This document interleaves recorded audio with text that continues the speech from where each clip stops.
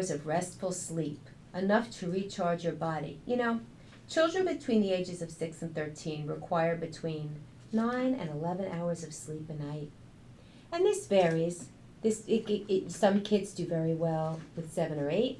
Some people need as much as 12 hours of sleep a night, but they must be restful hours.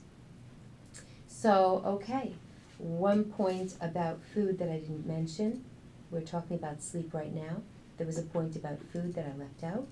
Soups and stews. Low heat and slow cooking time is also something you want to concentrate on for the winter months. And that's great because that fills the house with a nice smell, and you need to be very sensitive to people around you, because if you enjoy the smells of certain foods, maybe not everybody in your family enjoys those smells. I mean, you know, nail polish remover offends most people. Okay, but we're not talking about nail polish remover. We're talking about when the windows are closed and you can't air out the house.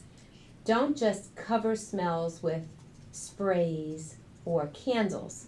Try to fill the house with smells that everybody enjoys.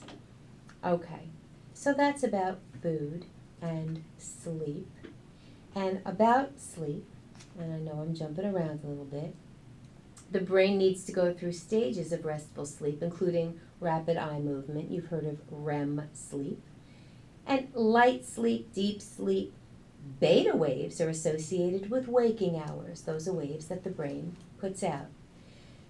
Delta waves are associated with stages of deep sleep, and they're necessary for quality sleep. If you ever become part of a sleep study, or you want to investigate why you're not getting restful sleep, these are the things that the person who investigates your situation would be reading through EEGs. They hook you up to a machine that doesn't hurt you, but you go to sleep and they measure your waves. These are the waves they're looking for. So the brain requires full cycles, like a straight run, to help the body heal and repair.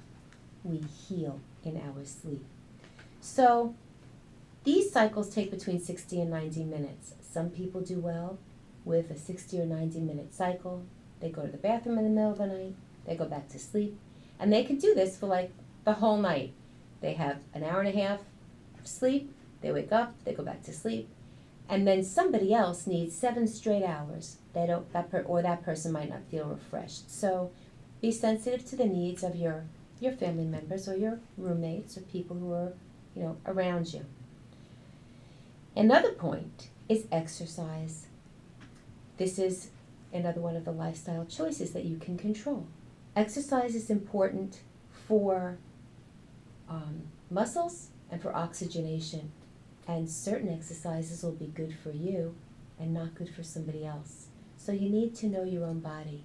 As we go into winter, just as we discussed the foods, and just as we discussed maybe needing some more sleep in the winter to repair because we heal in our sleep, exercises in the winter tend to be more the gentle stretches like Tai Chi or yoga or Qigong, as opposed to deciding you're going to get into an exercise routine and you're going to start lifting weights. And if you do that, and if that's your thing and you've been doing it for a while, that's fabulous. But if you're thinking about starting an exercise routine during winter months, you want to make sure that you start with stretches and gentle movement.